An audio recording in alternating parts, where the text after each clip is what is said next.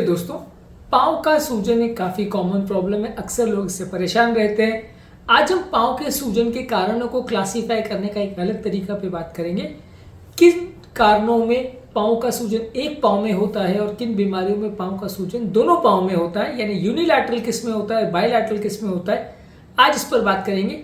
ये क्लासिफिकेशंस करने का बेसिक पर्पज़ ये कि एक बेसिक अंडरस्टैंडिंग डेवलप हो पाए, आपको इस बीमारी के बारे में थोड़ा समझ में आ पाए कि बीमारी होती किस तरह की है, किसको होती है, कब होती है और आपको जो सूजन है वो कौन से कारण से हुई है। एटलीस्ट आप उसको थोड़ा डिफ्रेंशिएट कर पाए, क्योंकि हर एक कारण का ट्रीटमेंट स्ट्रैटेजी अलग होता है। हर एक कारण में अलग अलग तरह की दवाइयाँ और मैनेजमेंट होती है और रिस्क सब में अलग होता है। इसलिए आज हम बात करेंगे कौन कौन सी बीमारियाँ इसमें जिसमें यूनिलैटरल इडीमा होता है, किसमें बायलैटरल। टॉपिक बहुत ही इंपॉर्टेंट और इंटरेस्टिंग है, इसलिए इसे एंड तक देखिएगा। टॉपिक पर जाने से पहले जो लोग हमारे चैनल पर नए हैं उन्हें रिक्वेस्ट करूँगा कि चैनल को सब्सक्राइब करें, वीडियोस को लाइक करें, शेयर करें, फॉलो करें, कमेंट करें, पूरा देखें। चलिए शुरू करते हैं इंपॉर्टेंट वीडियो। आज हम बात करेंगे पहले यूनिलैटरल एडिमा की, फिर बायलैटरल एडिमा की और उसमें ओवरऑल क्या डिफरेंस है और हमारे लिए ये क्यों इंपॉर्टेंट है।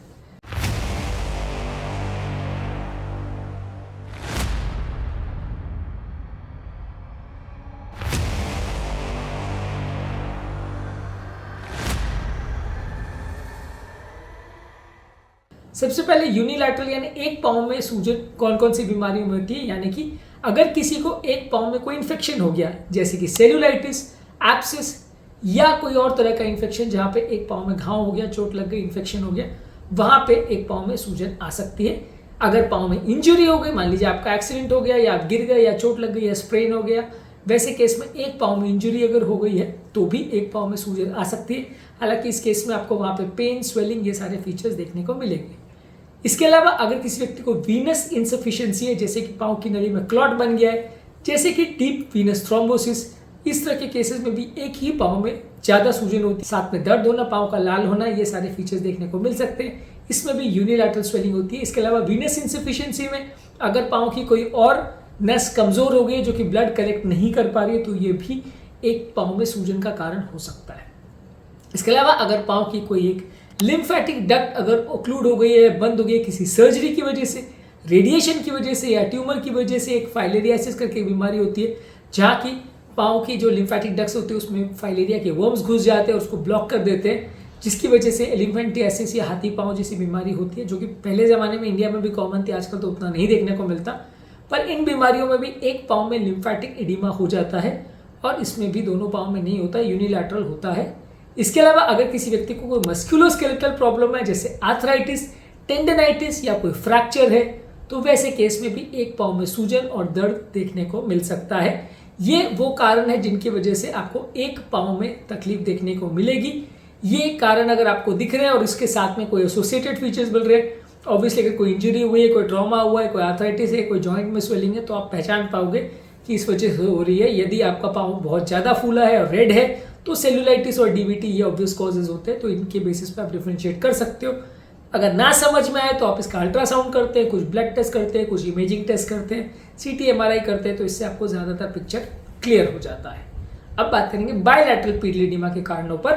बायलैटरल पीडीएडिमा यानी बेसिकली दोनों पाँव में सूजन होना, ज़्यादातर ये कुछ स्पेसिफिक बीमारियों में होता है। जैसे अगर किसी का हार्ट फेल हो गया हो तो हार्ट फेल वाले पेशेंट में धीरे धीरे करके दोनों पाँव में सूजन होता है। ज़्यादातर पीडीएडिमा बायलैटरल होता है, पेनलेस होता है, धीरे धीरे करके डेवलप होता है। अगर सडन एक्यूट हार्ट फेलियर हो तो सूजन थोड़ा जल्दी हो सकती है, लेकिन ज़्यादातर ये धीरे धीरे होने वाला प्रॉब्लम है, दिनों, हफ्तों, महीनों में होता है। इसी तरह से अगर किसी का किडनी फेलियर है, इसकी वजह से शरीर में पानी भर रहा है या बॉडी में प्रोटीन एक्सेसिव जा रहा है किडनी में, तो भी प्रोटीनूरिया की वजह से पीडीएडिमा हो सकता है, दोनों पाँव में होता है। लिवर की प्रॉब्लम में भी दोनों पाँव में प्रोटीन की कमी की वजह से सिरोसिस वाले पेशेंट में या एंड स्टेज लिवर डिजीज में दोनों पाँव में बायलैटरल एडिमा हो सकता है। कुछ वीनस इनसफिशिएंसी के केस में दोनों पाँव की अगर नसें कमजोर है तो दोनों पाँव में हो सकता है सूजन। इसी तरह से मेडिसिन के साइड इफेक्ट से अगर कैल्शियम चैनल ब्लॉकर जैसे एम्लोडिपिन, जो कि बहुत कॉमन बीपी वाली मेडिसिन है, non steroidal anti inflammatory drugs जो कि कॉमन पेन किलर्स है जैसे आइबुप्रोफेन, नेप्रोक्सिन, या कॉर्टिकोस्टेरॉइड से, या कुछ डायबिटिक की मेडिसिन जैसे पाइग्लिटाजोन से दोनों पाँव में सूजन हो सकती है। इसी तरह से न्यूट्रिशनल डिसऑर्डर्स में बॉडी में प्रोटीन की कमी है या हाइपोएल्बुमिनीमिया है, इस तरह के कंडीशंस में भी दोनों पाँव में सूजन आ सकती है। ज़्यादातर इस तरह के जो पाँव की सूजन की बीमारी होती है वो पेनलेस होती है, धीरे धीरे करके पानी भरता है, दोनों पाँव में भरता है। रात को सोने के बाद सुबह उठने के बाद ज़्यादा आपको सूजन देखने को मिल सकती है। बैठे बैठे या लेटे लेटे आप ज़्यादा रहते हो तो आपको सूजन ज़्यादा देखने को मिलेगी। खड़े होकर चलने के बाद धीरे धीरे कम हो जाती है। आपको डिफ्रेंशिएट करने के लिए ज़्यादातर physical examination, blood test, heart का इवैल्यूएशन, यूरिन टेस्ट और बाकी कुछ इमेजिंग टेस्ट जैसे CT MRI लगती है। हर एक बीमारी का ट्रीटमेंट स्ट्रैटेजी अलग होता है। फॉर एग्जाम्पल यूनिलैटरल में अगर कोई इन्फेक्शन है तो आपको इन्फेक्शन का ट्रीटमेंट करना है, DVT है तो एंटीकोएगुलेशन देना है, लिम्फोडीमा है तो कंप्रेशन स्टॉकिंगोथेरेपी देना है, इंजुरी हुई है तो रेस्ट करना है, पेन किलर्स देना है, कंप्रेशन रखना है, पाँव को एलिवेट करना है। उसी तरह से अगर बायलैटरल एडिमा है उसमें भी कारणों के बेसिस पे ट्रीटमेंट होता है। मान लीजिए हार्ट फेलियर तो हार्ट फेलियर को ट्रीट करना है, किडनी फेलियर है तो किडनी को ट्रीट करना है, लिवर फेलियर है तो प्रोटीन देना है, वीनस इंसफिशियंसी है तो उसमें स्क्लेरोथेरेपी वगैरह लग सकती है, मेडिसिन से हो रहा है तो मेडिसिन को बंद करना है, न्यूट्रिशनल प्रॉब्लम है तो उसे एड्रेस करना है, प्रोटीन सप्लीमेंट देना है। तो जो कारण है अगर आपको वो मिल जाता है तो बीमारी का ट्रीटमेंट बड़ा ही ईजी हो जाता है, पेशेंट की प्रॉब्लम को सॉल्व करना बड़ा ईजी हो जाता है।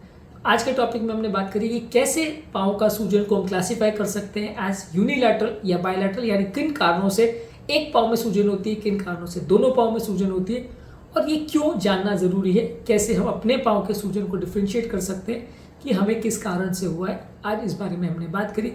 इसके अलावा किन कारणों से पेनफुल एडिमा होता है, किन से पेनलेस, किन कारणों से क्या क्या फीचर्स देखने को मिलते हैं, इस पर हमने ऑलरेडी बहुत सारे वीडियोस किए हैं जो कि आप हमारे चैनल पर देख सकते हैं। उम्मीद करूँगा कि आज के टॉपिक में कुछ नया जानने को मिला होगा। जो लोग हमारे चैनल पर नए हैं उन्हें रिक्वेस्ट करूँगा कि चैनल को सब्सक्राइब करें, वीडियोज़ को लाइक करें, शेयर करें, फॉलो करें, कमेंट करें, पूरा